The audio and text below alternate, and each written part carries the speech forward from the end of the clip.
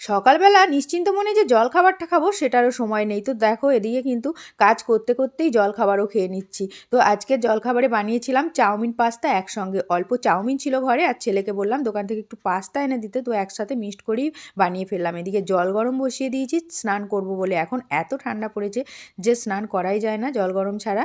আর এদিকে দেখো ফ্রিজ থেকে মাছগুলোকে বার করে রেখে জল দিয়ে রেখে দিলাম, কারণ রান্নার সময় না হলে আবার রান্না করা যাবে না।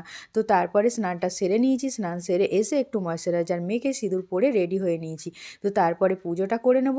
পুজোটা করে নিয়ে তারপরে কিন্তু যাব রান্নাঘরে। আর এখন শীতকাল, একদমই কিন্তু গাছে ফুল ফুটছে না, যদিও দু একটা ফোটে সেও আবার মানুষের জন্য পাওয়াই যায় না।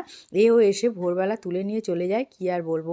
তো এদিকে তারপরে দেখো কাটাপোনা মাছটা ভাজা বসিয়ে দিয়েছি, আর এদিকে কিন্তু ভাতটাও আমি বসিয়ে দিয়ে এদিকে পেঁয়াজ কলিগুলো কেটে নিচ্ছি। আজকে পেঁয়াজ কলি আলু ভাজা করব।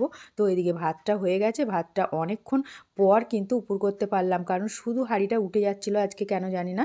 আর এদিকে তারপরে দু সাইডে দুটো ন্যাতাকে একদম ভারীর মানে মুখে দিয়ে হাঁড়ির তারপরে রেখে দিতে, তবে কিন্তু ঠিক হলো। আর এদিকে দেখো তারপরে কিন্তু মাছের টকটাও করে নিলাম। এগুলো আমুদে মাছ বলে আমাদের, তোমাদের কি বলে জানি না। আমুদে মাছের টক, আর এদিকে শাক ছিল কালকের, এটাকে একটু গরম করে নিলাম। আর পেঁয়াজ কলি আলু ভাজাটাও হয়ে গেছে। তো বাই বাই।